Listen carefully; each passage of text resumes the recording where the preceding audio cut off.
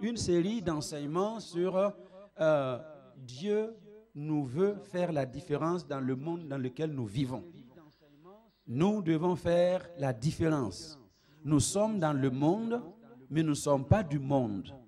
Nous vivons au milieu d'une génération perverse et corrompue, mais nous ne pouvons pas emprunter les pratiques perverses et corrompues du monde dans lequel nous vivons. Alléluia.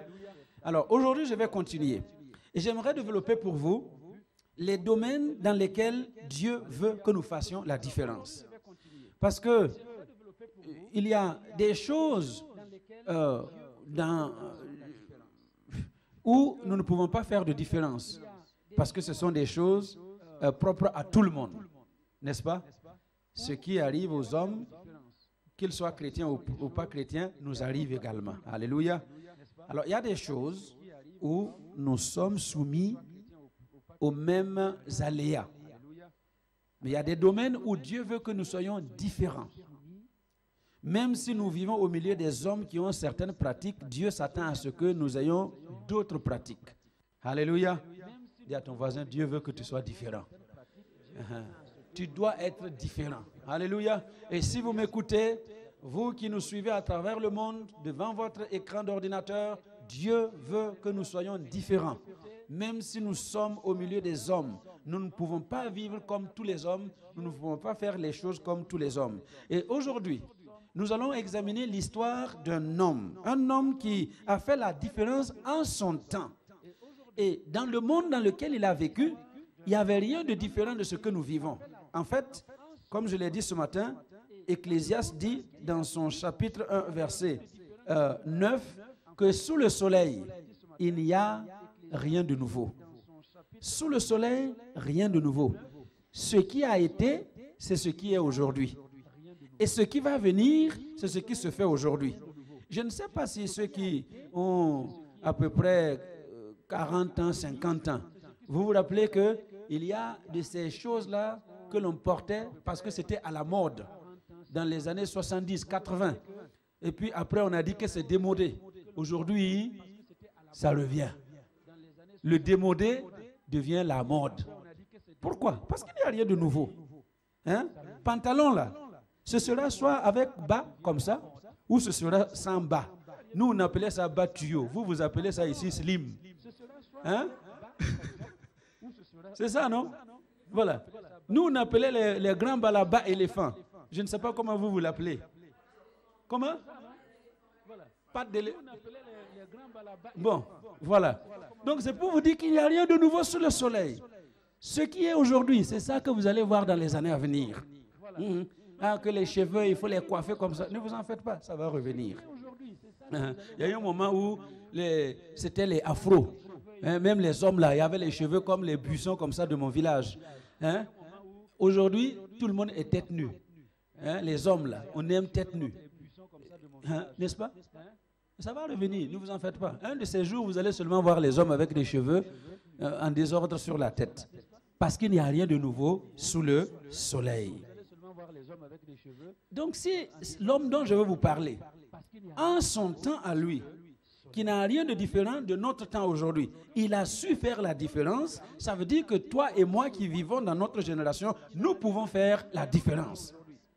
Quel que soit ce qui arrive dans la vie, nous pouvons faire la différence. Et j'aimerais que vous preniez note cet après-midi. Prenez note, parce que ce sont des choses importantes, intéressantes que je vais vous laisser aujourd'hui. Alors, c'est de l'histoire de Daniel qu'il s'agit. Nous lisons Daniel chapitre 1, versets 3 à 9. Daniel 1, versets 3 à 9. Si vous avez trouvé, nous lisons ensemble à haute voix la parole de Dieu de ce jour. Nous lisons ensemble. Le roi donna l'ordre à Ashpenaz, chef de ses eunuques, d'amener quelques-uns des enfants d'Israël de race royale ou de famille noble, de jeunes garçons sans défaut corporel, beaux de figure, doués de sagesse, d'intelligence et d'instruction, capables de servir dans le palais du roi et à qui l'on enseignerait les lettres et la langue des Chaldéens. Le roi leur assigna pour chaque jour une portion des mets de sa table et du vin dont ils buvaient, voulant les élever pendant 3 années, au bout desquelles ils seraient au service du roi. Il y avait parmi eux, d'entre les enfants de Juda, Daniel, Anania, Michaël et Azaria. Le chef des eunuques leur donna des noms. À Daniel, celui de Belchatsar, à Anania, celui de Shadrach, à Michaël, celui de Meshach, et à Azaria, celui d'Abed-Nego.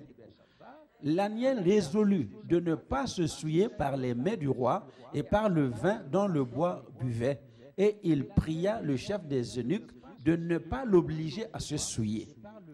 Dieu fit trouver à Daniel faveur et grâce devant le chef des eunuques. Amen. Seigneur, ceci est ta parole. Et je sais que ta parole est esprit. Sans ton esprit, je ne peux pas la comprendre. À plus forte raison, l'expliquer à qui que ce soit. C'est pourquoi je prie, Saint-Esprit, que tu prennes la place maintenant. Prends ma langue, prends mes lèvres, prends ma bouche et parle au peuple de Dieu. Que les paroles qui sortiront de ma bouche viennent tout droit de ton trône et sanctifie les oreilles de ceux qui l'entendent, purifie les cœurs de chacun d'entre nous, afin que cette parole ne tombe pas sur un terrain aride, mais sur un terrain fertile, à partir duquel il va pousser, germer et donner des fruits qui vont demeurer éternellement. Merci pour ta présence au milieu de nous, au nom de Jésus. Amen. Alléluia. Gloire à Dieu. Alors, notez ceci. Notez que les choses que nous voyons dans le monde sont parallèles. Je veux parler de choses naturelles, de choses visibles, de choses physiques qui sont parallèles aux choses invisibles et aux choses spirituelles et immatérielles. Alléluia. Voyez-vous, les choses visibles sont toujours le reflet de ce qui se passe dans le monde invisible. Les choses physiques, ce que vous ressentez dans votre corps, sont toujours le reflet de ce qui se passe dans le monde spirituel. Et je vous explique comme je l'ai dit ce matin. Voyez Daniel, il s'est mis à prier parce qu'il a compris que la libération de son peuple devait arriver après 70 ans de captivité. Vous lirez le livre de Daniel, au chapitre 9. Vous allez comprendre de la part de Dieu que dès le premier jour où Daniel a commencé à prier, la réponse au problème de Daniel a été dépêchée du ciel. Alléluia. Mais est-ce qu'il a reçu la réponse le même jour? Combien de temps ça lui a pris? Ça lui a pris 21 jours. Mais ceux qui étaient avec Daniel, ses amis qui le voyaient, qu'est-ce qu'ils disaient? Qu'est-ce qu'ils pouvaient dire? Ils voyaient que Daniel était en jeûne, qu'il était en train de prier et que une semaine, rien ne s'est passé. Daniel continue son jeûne. 2 semaines, rien ne s'est passé. 20 jours, il n'y a toujours rien. Écoutez-moi bien. Quand tu jeûnes et que tu pries, ne fais pas attention aux jours qui passent. Dis à ton voisin, quand tu jeûnes et que tu pries, ne fais pas attention aux jours qui passent. Tant que la réponse n'est pas venue, continue. Alléluia. Les gens peuvent dire ce qu'ils veulent. 20 jours sont passés, Daniel n'a rien vu venir. Et il a continué son jeûne. Et le 21e jour, la réponse est arrivée. Mais comme je vous l'ai dit, la réponse n'a pas été dépêchée le 21e jour. Dès le premier jour, la réponse est partie. Mais entre le premier et le 21e jour, il y avait la réalité physique. Il y avait la réalité visible. Il y avait la réalité matérielle. C'est comme s'il n'y avait pas de réponse. Mais dans le domaine spirituel, la réponse était libérée et c'était juste une question de combat pour que la réponse arrive. Est-ce que vous m'entendez? Donc c'est pour vous dire que ce qui se passe dans le monde visible est toujours le reflet de ce qui se passe dans le monde invisible. Et voyez-vous, ceux qui connaissent comment certaines pratiques du vaudou, vous avez vu parfois un agent du vaudou, n'est-ce pas? Un sorcier du vaudou qui a une poupée, juste une poupée, quelque part dans sa case. Il est assis dans sa case. Hein? Donnez-moi un village là loin que vous connaissez. Qui a dit ça? Hein? C'est Gaylor? Non? Qui est-ce qui a dit ça? C'est ton village là même. Donc, quelqu'un qui est assis dans sa case, loin, avec sa poupée vaudou et des aiguilles, il est en train de piquer un certain côté de la poupée. Et vous trouvez quelqu'un qui est assis là-bas dans son appartement aux États-Unis, à Washington, et qui est en train de se tordre, il a mal quelque part. Vous voyez? Il a mal quelque part. Et puis on pique ici, et il a mal là. Alors que ça se passe très loin, hein? Très loin. La réalité physique est le reflet de ce qui se passe dans le monde spirituel. Vous me comprenez? Donc c'est pour que nous comprenions que tout est parallèle. Tout est parallèle. Dans le monde physique, si vous arrêtez de respirer, qu'est-ce qui va se passer pour vous? Vous allez mourir. Si vous arrêtez de respirer l'air, vous allez mourir. Ça, c'est une réalité physique. Une réalité visible. Mais ça, ce n'est que le reflet de quelque chose de spirituel. Ça veut dire que dans le monde spirituel, il y a quelque chose, si vous arrêtez de le faire, vous allez mourir. La prière. Exactement comme si vous arrêtez de respirer, vous allez mourir. Si vous arrêtez de prier, vous allez mourir en esprit. Je parlais de l'exercice physique. Les jeunes gens qui font l'exercice, ils vont de salle de gym en salle de gym. Ils font la natation, ils font des pompes, ils font de la gymnastique. Quand vous les voyez, ils sont comment? Hein? Athlétiques, en bonne santé, avec des muscles et des biceps. Mais ceux-là qui sont là à manger le foufou et puis à dormir, ils ne font jamais de marche. Même les escaliers, là, ils ne viennent pas les prendre. Ils sont toujours dans l'ascenseur, toujours dans leur voiture. Quand vous les voyez, ils sont comment? Falagada. N'est-ce pas? Pas de muscles. Cette réalité physique est un reflet de quelque chose du monde spirituel.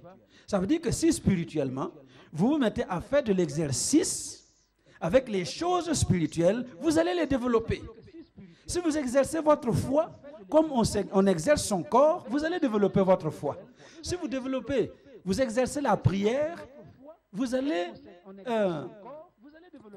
avoir des choses spirituelles comme si vous exerciez physiquement. Vous me suivez? Donc, les choses physiques, immatérielles et visibles sont le reflet des choses matérielles. Qu'est-ce que je dis? Les choses physiques, les choses visibles et matérielles sont le reflet de choses spirituelles, invisibles et immatérielles. Alléluia. Donc c'est pour vous dire, au verset 8 que nous avons lu, il est dit que Daniel a résolu de ne pas se souiller avec les mets du roi. Dites-moi, manger la viande, où est le problème? Est-ce qu'il y a un problème de souillure avec manger la viande? Est-ce qu'il y a un problème de souillure avec boire du vin qui est à la table de quelqu'un? Non. Mais ici, Daniel dit, je ne veux pas me souiller. C'est pour que nous comprenions que derrière ce geste physique, visible, matériel, il y a une réalité spirituelle que nous devons discerner. Alléluia. Nous devons discerner. Manger de la nourriture est indispensable. De la même manière, manger de la nourriture spirituelle, et c'est quoi la nourriture spirituelle? La parole de Dieu. Manger la parole de Dieu est indispensable à notre vie. C'est la réalité que Daniel voulait nous faire comprendre. Alléluia. Quand on parle de nourriture physique ici, il faut penser à son équivalent spirituel qui est la nourriture spirituelle, qui est la parole de Dieu. C'est pourquoi Matthieu disait à Satan, Jésus disait à Satan, dans Matthieu 4, verset 4, que l'homme ne vivra pas de pain seulement, mais de toute parole qui sort de la bouche de Dieu.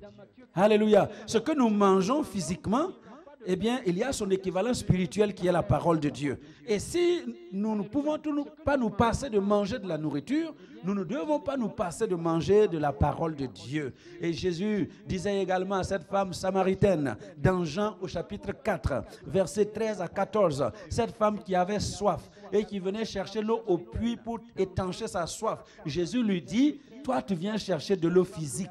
Si tu bois de cette eau-là, tu vas encore avoir soif. Mais moi, j'ai une eau. Alléluia. J'ai une eau. Si je te donne cette eau et que tu la boives, tu n'auras plus jamais soif.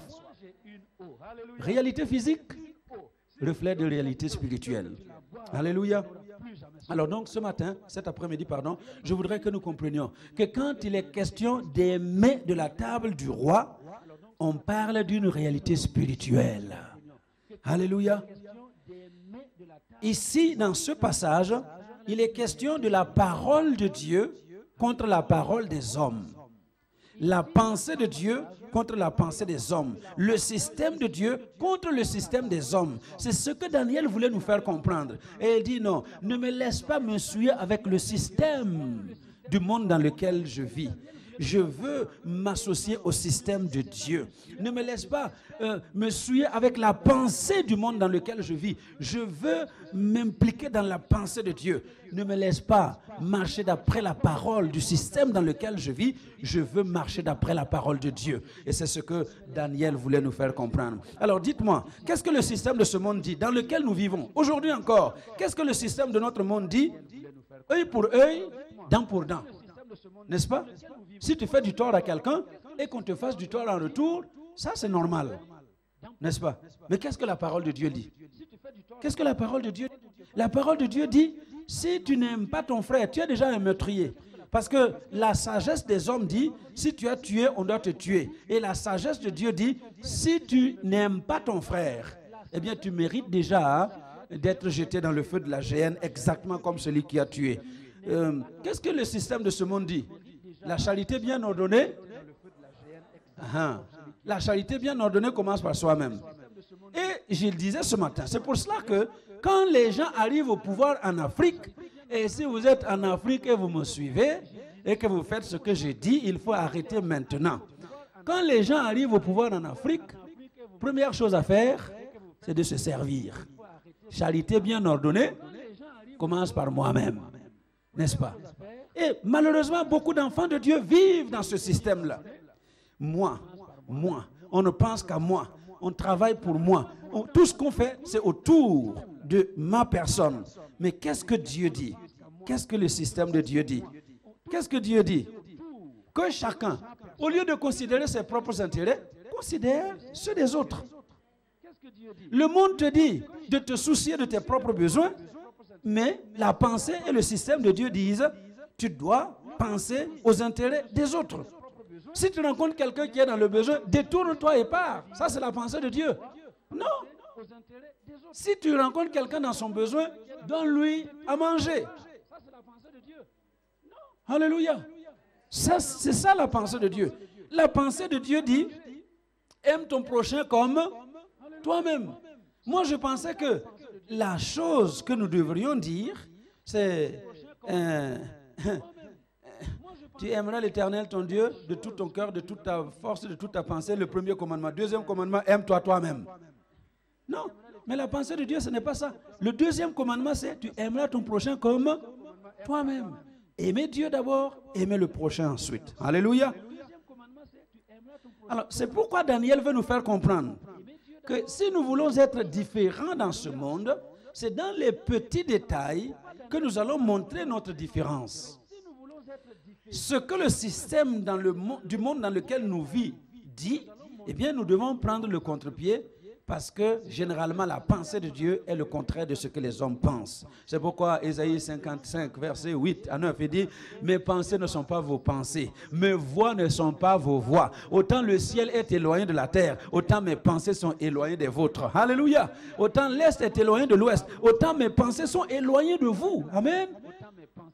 Les pensées de Dieu, ce ne sont pas les pensées des hommes.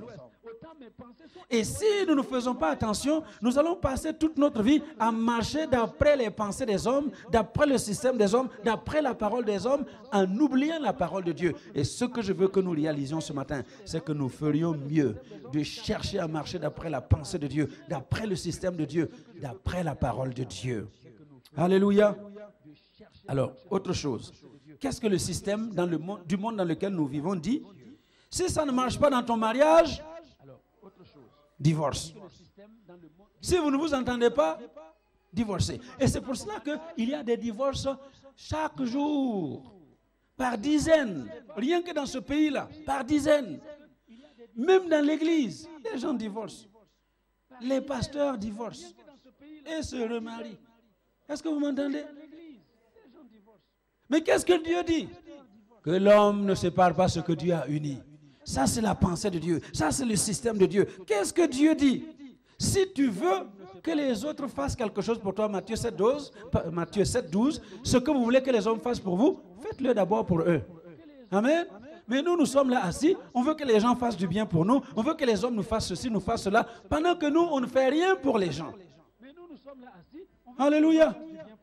Demande à ton voisin, qu'est-ce que tu veux qu'on fasse pour toi? Hein? Ce que tu veux qu'on fasse pour toi là, commence à le faire pour les autres. Amen. Vous avez votre anniversaire, vous voulez que tout le monde vous amène un cadeau. Est-ce que toi tu amènes un cadeau quand quelqu'un a son anniversaire? Hein? Hein? Vous avez votre bébé, vous voulez que tout le monde amène les yettes chez vous. Quand quelqu'un a un bébé, est-ce que tu amènes les yettes chez lui? Hein?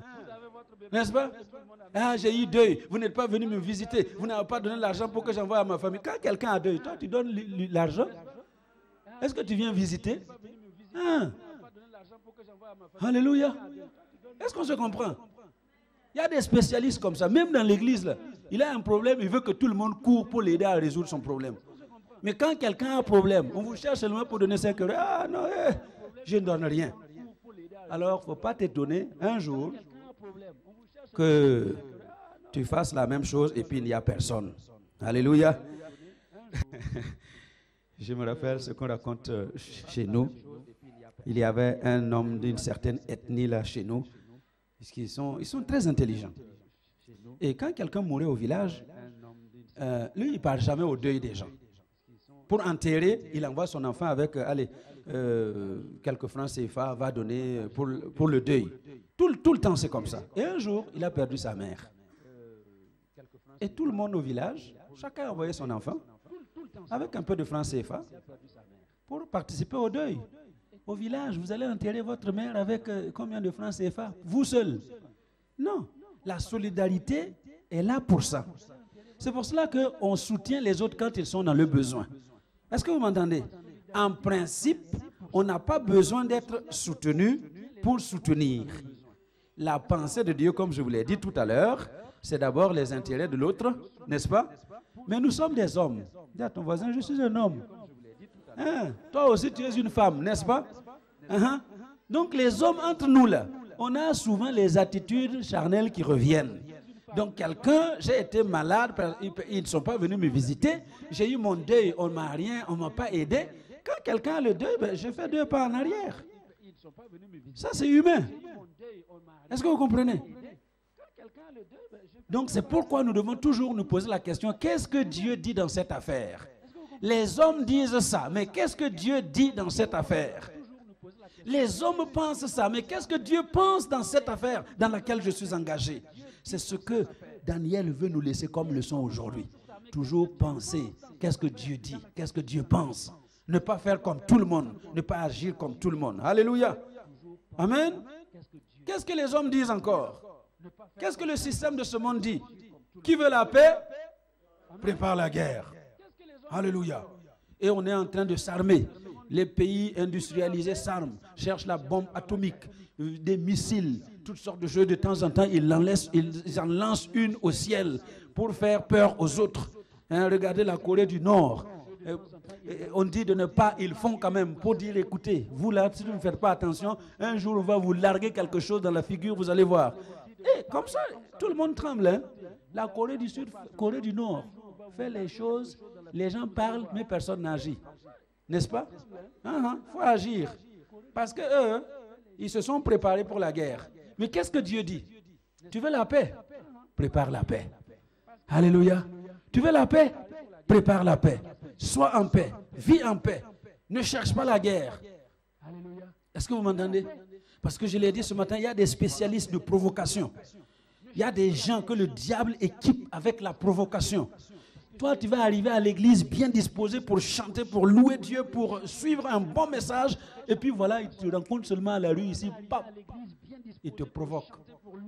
Et au lieu de venir le cœur léger pour suivre la parole, tu vas venir avec le cœur gros comme ça. Tu as envie de taper même sur le prédicateur. Et gare à lui s'il dit quelque chose qui touche à ton problème. N'est-ce pas? Oui. Qu'est-ce que la Bible dit? Romains 12, 8. S'il est possible, autant que faire se peut, soyez en paix avec tous les hommes.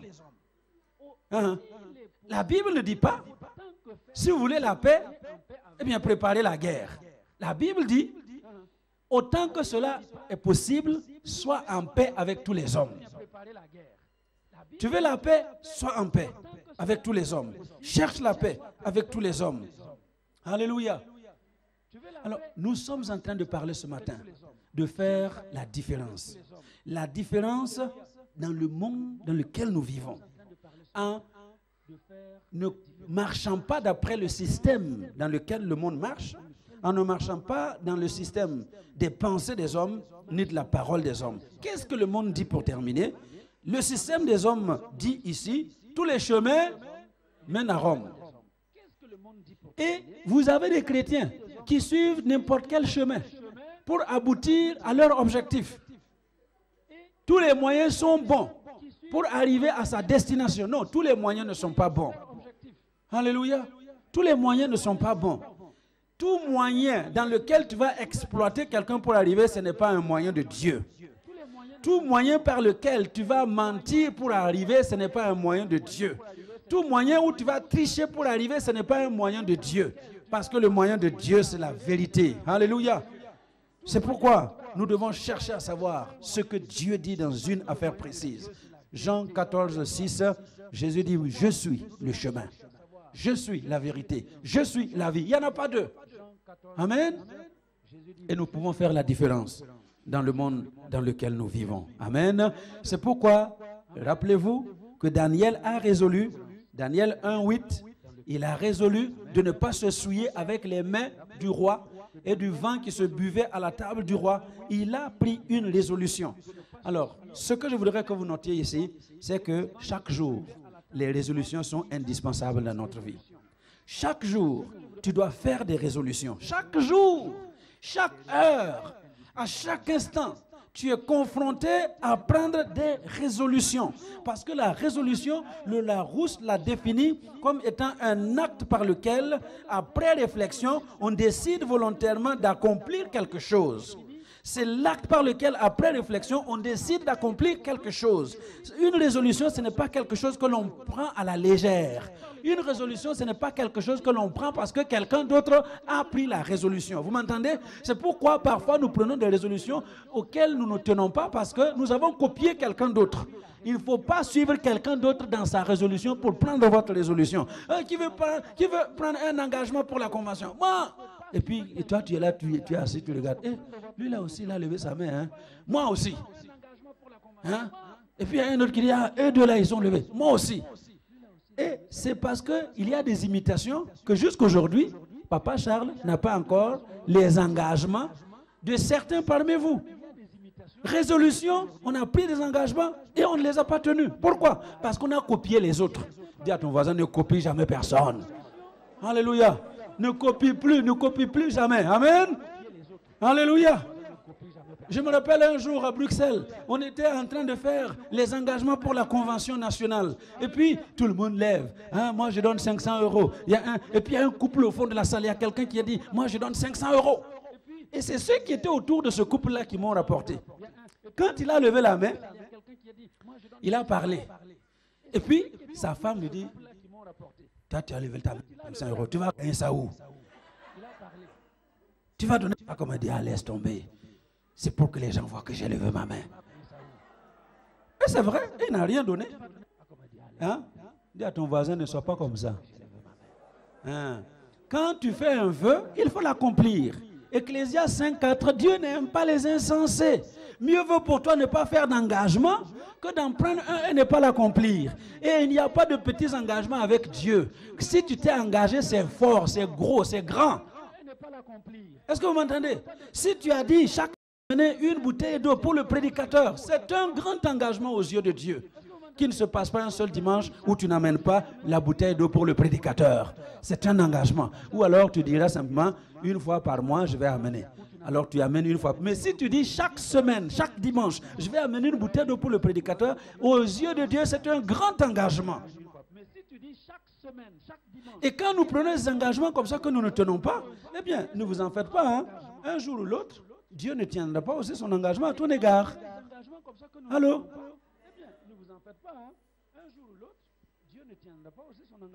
Donc la résolution, c'est un acte par lequel, après réflexion, on décide volontairement d'accomplir quelque chose. Et la deuxième partie, c'est une attitude, une disposition d'esprit, une qualité de quelqu'un qui ne se laisse pas détourner de ses entreprises. Alléluia. Ah, j'aime cette partie. Quelqu'un qui ne se laisse pas détourner de ses entreprises. J'ai réfléchi, j'ai pris la résolution de faire quelque chose, que les gens disent ce qu'ils veulent.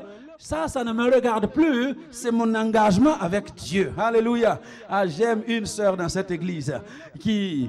Oui, Maman Deborah connaît. Qui me dit toujours, quand elle fait quelque chose, je dis merci. Elle dit non, pourquoi tu me remercies? Moi, j'ai un compromis avec mon Dieu. Alléluia. Non, je ne fais pas ça pour toi. Hein. J'ai un compromis avec mon Dieu. J'aimerais que chacun d'entre nous ait ce compromis avec Dieu. Quand tu viens faire quelque chose à l'église, ça, ce n'est pas pour le pasteur que tu fais. C'est un compromis que nous prenons avec Dieu. Et quand tu prends ce compromis avec Dieu, il ne faut pas se laisser se détourner par qui que ce soit. Je suis sûr qu'au milieu des jeunes gens qui sont venus avec les Daniel, Shadrach, Meshach et Abednego, il y avait des jeunes gens qui ont décidé de boire du vin de la table du roi, de manger la nourriture qui était à la table du roi. Vous pensez qu'il n'était que 4 à venir à Babylone? Ils étaient venus par dizaines, par centaines, peut-être par milliers. Mais au milieu de tout ce peuple-là, il n'y avait que 4 qui ont résolu, qui ont pris la décision de ne pas se souiller avec les mains du roi. Et je suis sûr que les autres à côté d'eux, à certains moments, on dit, mais oh, vous quand même, vous exagérez. Hein? On est ici en paix, en terre étrangère. Il n'y a pas de pasteur, il n'y a pas d'église, il n'y a pas de diacre, personne ne nous voit. Vos parents et vos mamans ne sont même pas là. Quel est le problème de manger à la table du roi? Est-ce qu'il y a un problème? Les gens les ont découragés, mais ils ont résolu. Alléluia. Ils ont décidé de ne pas se détourner de leur entreprise. La résolution qu'ils ont prise, ils ont décidé de ne pas s'en détourner. Et c'est ce que je voudrais que nous ayons comme attitude. Quand tu as décidé quelque chose, que personne ne vienne te détourner de cette chose-là. Alléluia. Que personne. Nous sommes confrontés à faire des choix chaque jour. Alors quand tu as réfléchi, tu as résolu quelque chose, fais-le jusqu'au bout. Dis à ton voisin, sois un jusqu'au boutiste. Un jusqu'au boutiste. Quand tu as commencé, va jusqu'au bout des choses. Alléluia. Amen. Écoutez, quand vous réfléchissez et que vous prenez votre résolution et que vous décidez à marcher d'après votre résolution, Dieu alors vient derrière votre résolution pour la faire aboutir. Tous ceux qui décident de marcher dans la résolution qu'ils ont prise sans se détourner à droite ou à gauche, Dieu vient se tenir à côté de vous pour vous permettre d'aboutir. Job 22, 28. Prends des résolutions et à tes résolutions répondra le succès. Tu fais des résolutions et à tes résolutions, Dieu donne le succès. Dieu ne donne pas de succès à ceux qui n'ont aucune résolution. Allô?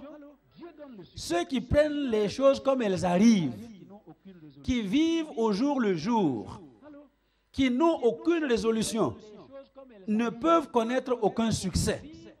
Mais tu prends une résolution, tu poursuis la résolution, Dieu sera derrière toi et il va t'aider à aboutir à cette résolution. Alléluia. Dans des petites choses. Je me rappellerai encore quand maman Déborah a commencé son petit jardin à Berchem.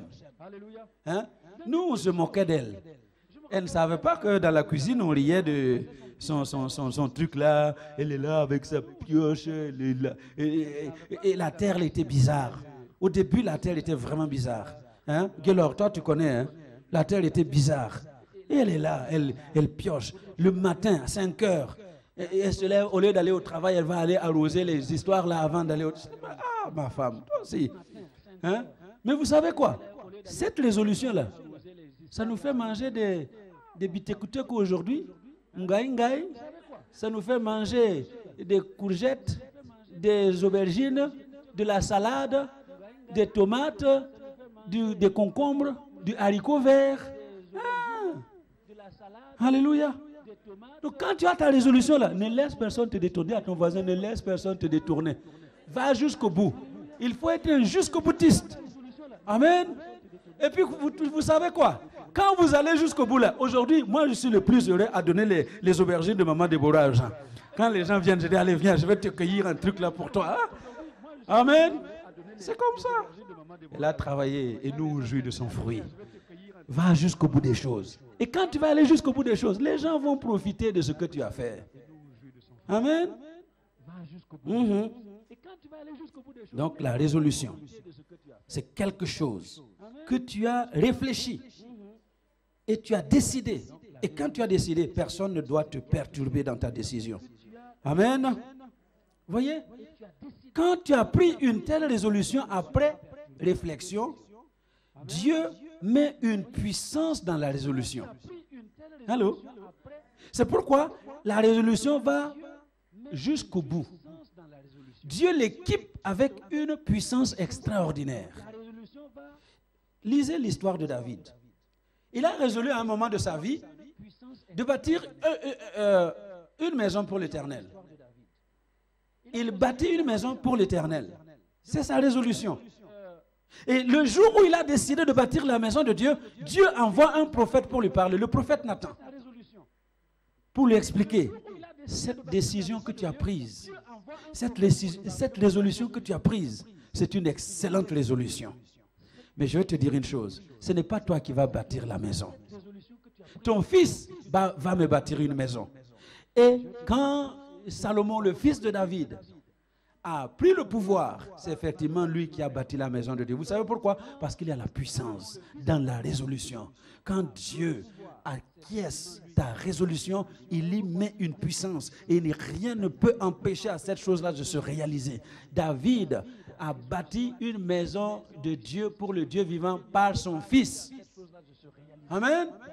Non seulement cette puissance a accompagné Salomon, mais Dieu a fait des promesses à David à la suite de cette résolution qu'il a prise. Vous savez, quand vous prenez la résolution de faire quelque chose pour Dieu, Dieu en retour décide aussi des choses pour vous. Amen. C'est pourquoi je le dis et je le répète, je n'ai aucun doute dans mon cœur et je ne me laisse perturber par rien que ce que nous avons décidé de réaliser au Luxembourg, ce n'est pas en Belgique, ce n'est pas en France, au Luxembourg. Ce complexe que nous avons décidé de réaliser avec Dieu, c'est une résolution prise avec Dieu. Les gens peuvent se moquer, les gens peuvent nous prendre pour des fous. Je sais une chose, c'est que ce Dieu-là a équipé cette vision avec une puissance et la vision va se réaliser. Un jour ou l'autre, que Dieu vous prête longue vie, vous viendrez louer Dieu dans ce complexe. Et que Dieu vous prête longue vie, vous viendrez habiter dans les appartements que nous allons bâtir dans ce complexe. Si Dieu nous prête longue vie, vous viendrez avec vos enfants, vous mariez vos enfants, les marier dans la salle de fête. Si Dieu nous prête longue vie, vous viendrez avec vos petits-enfants pour les mettre dans la crèche qui sera dans ce complexe. Si Dieu vous prête longue vie, vous viendrez avec vos chorales, avec vos équipes de louanges pour enregistrer dans le studio audiovisuel que nous allons mettre dans ce complexe. Que Dieu vous prête longue vie. Vous viendrez avec votre banque, celle que vous allez créer. Vous viendrez avec le siège de votre société pour louer les bureaux commerciaux que nous avons prévus dans ce complexe. Que Dieu vous prête longue vie, parce que ce que nous avons décidé, ce que nous avons résolu avec Dieu, il nous permettra de le réaliser. Alléluia. Est-ce qu'il y a quelqu'un qui veut prendre une résolution cet après-midi avec Dieu? Et Dieu le fera. Alléluia. Amen. Quand vous prenez une résolution et que vous êtes d'accord avec cette résolution, elle ne peut pas ne pas s'accomplir. Lisez dans Genèse 11. Vous allez voir comment les hommes, ils se sont entendus. Ils ont résolu de bâtir une tour qui touche jusqu'au ciel, à Babel. Hein? Lisez. Vous allez voir, Dieu lui-même dit, hein? Voilà, maintenant, ils forment un seul peuple et ils parlent la même langue. Maintenant, regardez ce qu'ils ont résolu. Ils ont résolu de se bâtir une tour qui va toucher jusqu'au ciel. Il dit, rien. Dieu dit, rien ne les empêchera de faire ce qu'ils ont résolu. Rien ne va les empêcher. El Shaddai, si nous sommes d'accord, si nous sommes unis autour de ce que nous avons résolu ensemble, rien ne peut nous empêcher de réaliser ce que nous avons résolu. L'argent ne nous empêchera pas de réaliser ce que nous avons résolu. Les autorités politiques ne nous empêcheront pas de réaliser ce que nous avons résolu. Les autorités spirituelles, occultes, ne nous empêcheront pas de réaliser ce que nous avons résolu. Mettons-nous seulement d'accord. Dis à ton voisin, soyons d'accord. Mettons-nous d'un commun accord et attendons-nous à Dieu et nous allons voir ces choses se réaliser.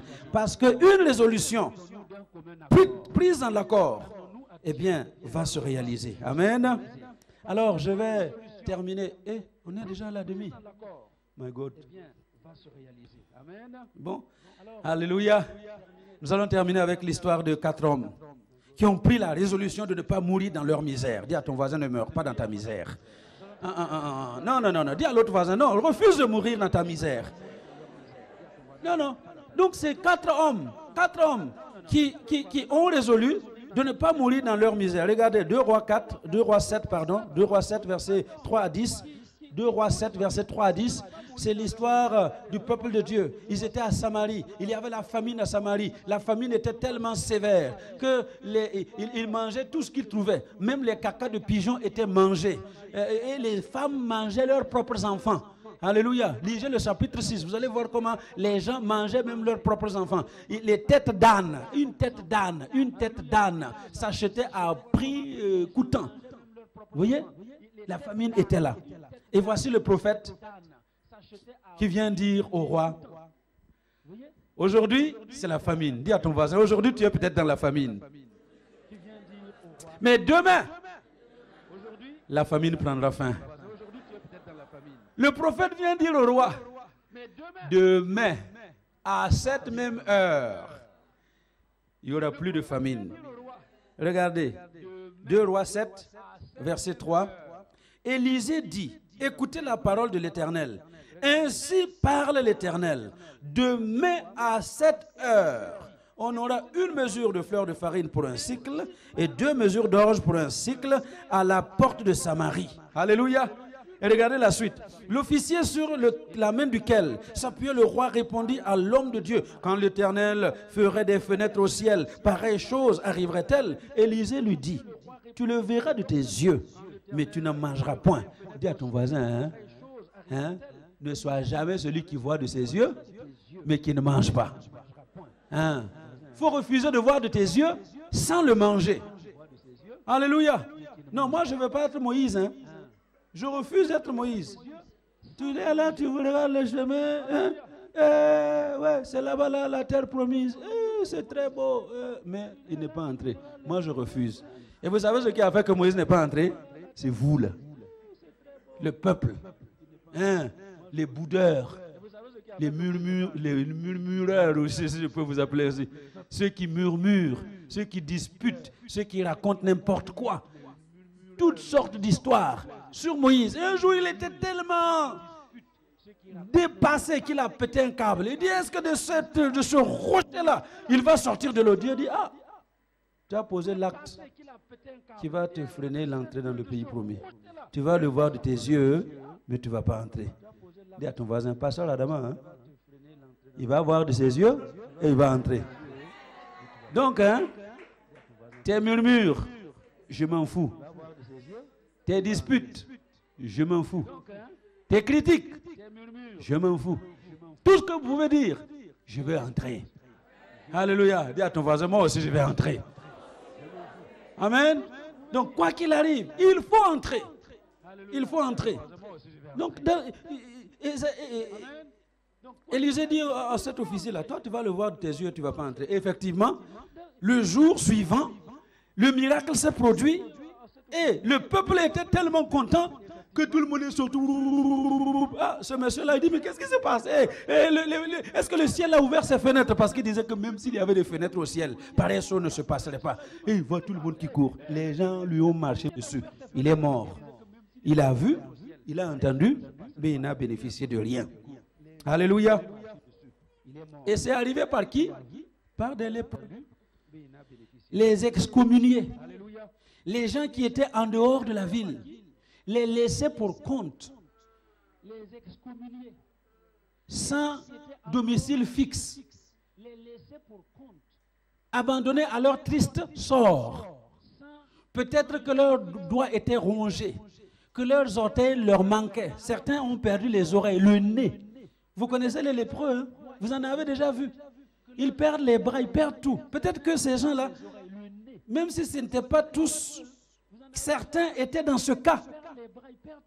Et c'est par eux que Dieu va passer pour amener la délivrance du peuple.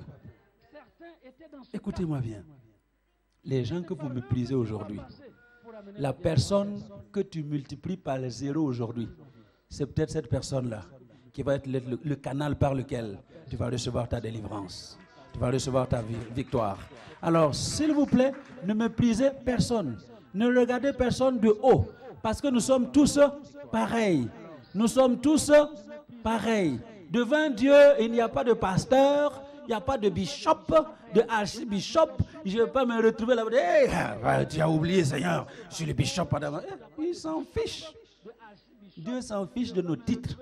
Ce qui va parler devant Dieu, ce sont nos œuvres. Alléluia.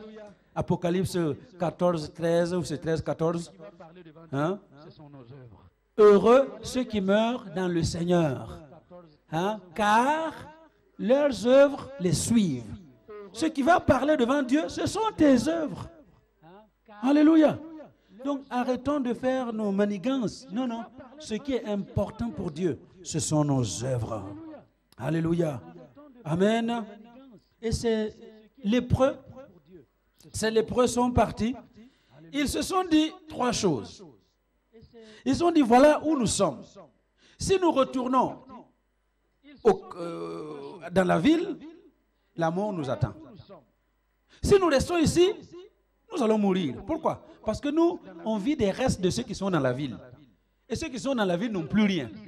Donc, nous, deux fois plus rien. Si on reste ici, on mourra avant eux. Maintenant, si on va dans le camp de l'adversaire, on va mourir aussi. Mais, de ce côté-là, il y a un espoir. Dis à ton voisin, il y a de l'espoir pour toi. Il y a encore un espoir. Parce que tu es vivant, il y a encore de l'espoir. Ils se sont dit, là-bas, deux choses peuvent se produire. Ils peuvent nous tuer, comme ils peuvent nous laisser vivre. Mais si on reste ici, il y a une seule chose, c'est la mort.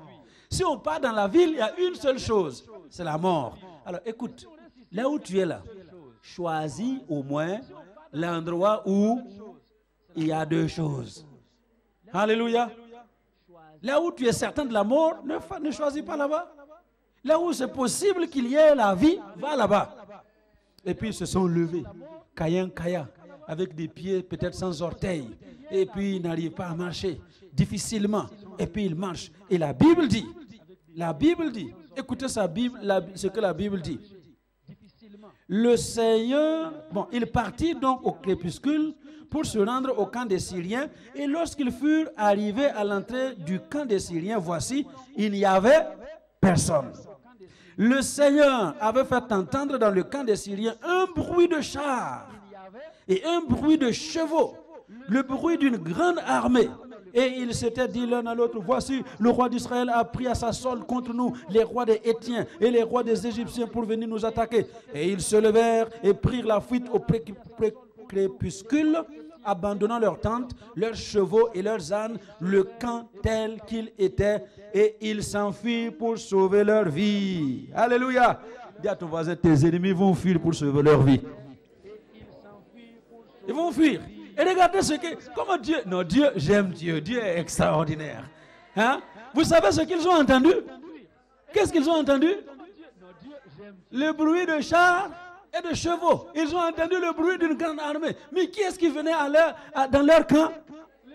4 lépreux, Kaya, qui n'arrivaient pas à marcher. Mais chaque fois qu'ils posaient un pas, c'était des chars qui venaient contre l'ennemi. Chaque fois qu'ils faisaient un pas, c'était des chevaux qui venaient contre l'ennemi. Écoutez-moi bien, prends la résolution, suis ta résolution, marche dans ta résolution. Et tes ennemis vont entendre le bruit d'une grande armée.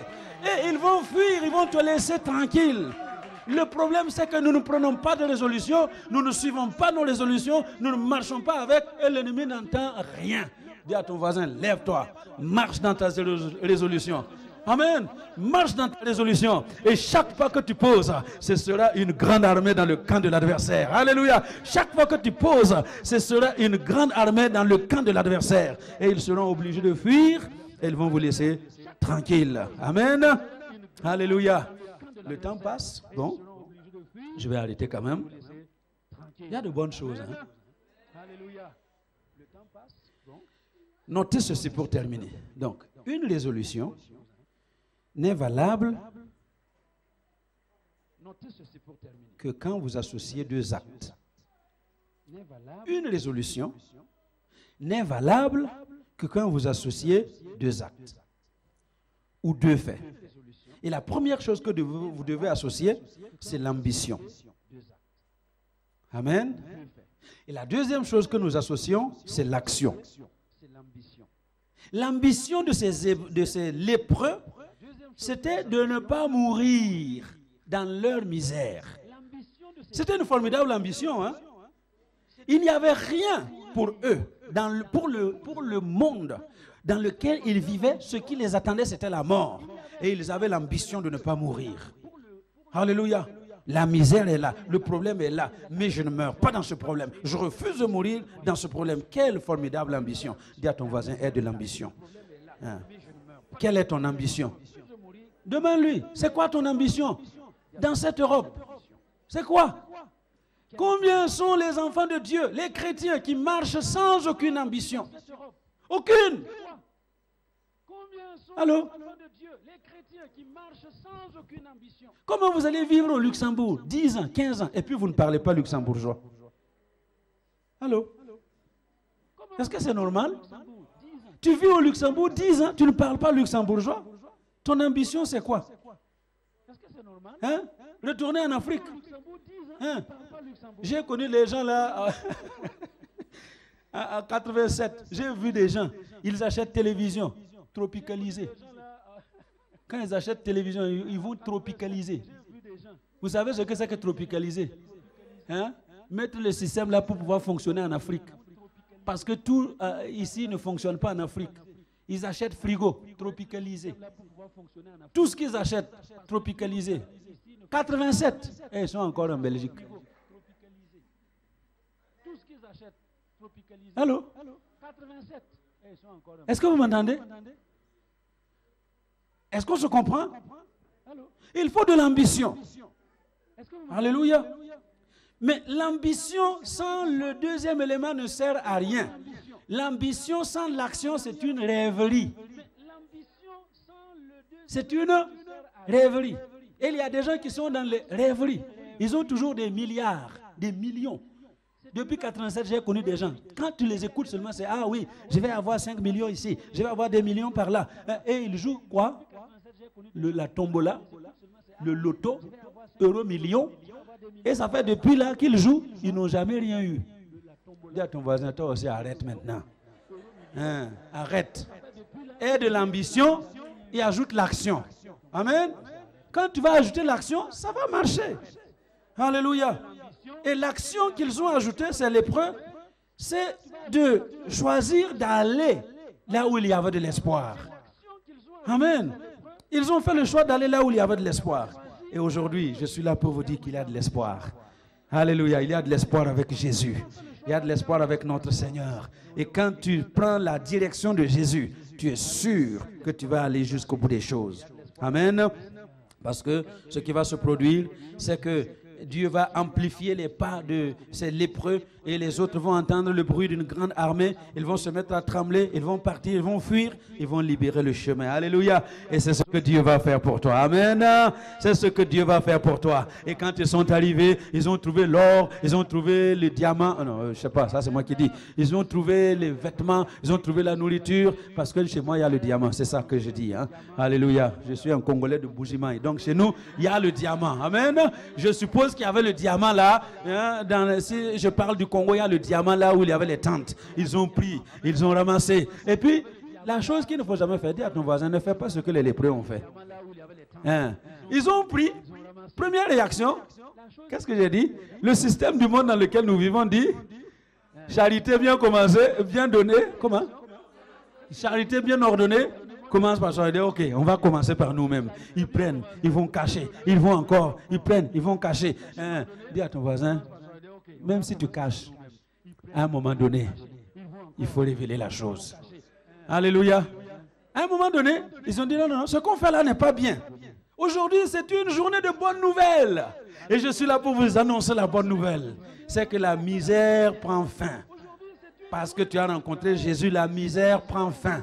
L'espoir naît aujourd'hui et la grâce de Dieu descend aujourd'hui pour que tu puisses entrer dans l'héritage avec les sanctifiés. Il dit, non, ce que nous faisons n'est pas bien. Allons annoncer la bonne nouvelle.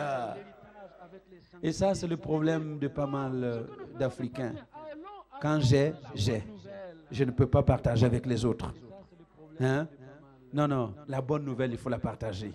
Et ils ont été la partager avec le roi. Et c'est comme ça que le peuple a été libéré. Amen. Écoutez-moi bien. Le psaume 30, verset 6.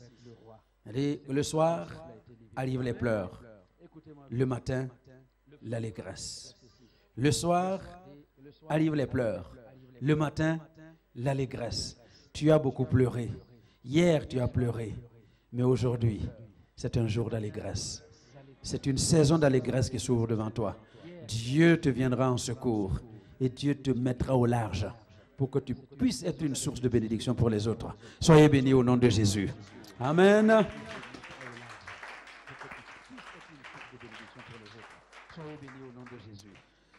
Merci Seigneur. Je vous invite à vous lever parce que le temps est passé. Rapidement, on va se mettre deux par deux. Nous allons prier, demander à Dieu de faire grâce à notre partenaire de prière cet après-midi parce que ce n'est pas en vain que la parole a été libérée. Priez pour deux choses. Que Dieu donne de l'ambition. Que Dieu donne de l'ambition à votre partenaire de prière. Ça, c'est une chose. Et puis ensuite, que Dieu lui donne le courage de passer à l'action. Amen. Demandez deux choses pour votre partenaire. Ambition et action. Ambition et action. Que Dieu lui donne une saine ambition et que Dieu lui donne le courage de passer à l'action aujourd'hui même. Amen. Élevons nos voix et prions les uns pour les autres. Merci Seigneur. Béni soit ton nom, parce que tu es le Dieu qui a décidé de faire du bien à ton peuple. Tu es le Dieu qui a décidé de secourir ton peuple. Tu es le Dieu qui a décidé de toucher ton peuple. Seigneur, merci, parce qu'aujourd'hui, les hommes et les femmes qui sont là sont venus pour entendre ta parole. Ta parole a été libérée dans sa simplicité, mais ta parole est capable de changer les vies. Et bien que cette parole transforme les vies des uns et des autres. Merci, parce que tu donneras l'ambition, une saine ambition à chacun d'entre nous. Et avec l'ambition, le courage de passer à l'action. Nous refusons de faire des rêveries. Nous refusons de faire des visions sans lendemain. Mais Seigneur, merci parce que la vision que tu nous donnes, c'est une vision qui va nous pousser à vivre victorieusement et avec toi. Au nom de Jésus. Amen. Amen. Amen. Alléluia. Amen. Nous acclamons le Seigneur qui a fait pour nous de grandes choses. Amen. Merci Seigneur. Béni soit le nom de Jésus. Alors voilà, on n'a pas le temps vraiment d'intercéder maintenant. Mercredi soir, ce sera l'intercession. Si vous voulez, venez, on va prier pour le thème que nous avons développé. On va prier avec ça pour que Dieu nous aide. Alléluia. Parce que moi, en tout cas, j'ai refusé que la misère se termine. C'est la résolution que chacun doit prendre. Amen. Et comme je dis, la misère est relative. Hein? Il y a des gens, s'ils gagnent 1 000 € par mois, il est au ciel. Hein? Voilà. Et il y a d'autres qui ont 3 000 euros et puis ils pleurent. Ils n'ont rien.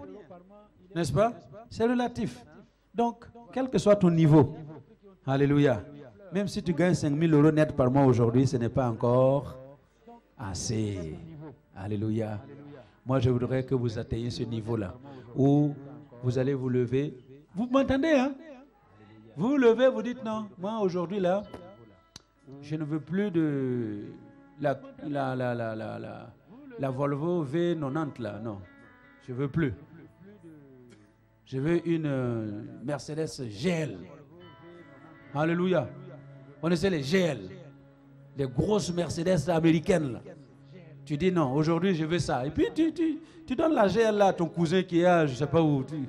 Et puis tu sors seulement, tu vas chez Mercedes. Tu commandes la GL. Tu payes cash. C'est ça là, ça c'est mon rêve. Alléluia. Qu'on n'ait pas besoin de loyer là, comment on va payer ce mois. La rentrée arrive, comment on va payer le minerval des enfants. Hey, vous voulez ça encore? Moi je n'en veux plus. Alléluia. Donc, mercredi soir, 18h30, on va prier pour ça. Soyez là. Gloire à Dieu.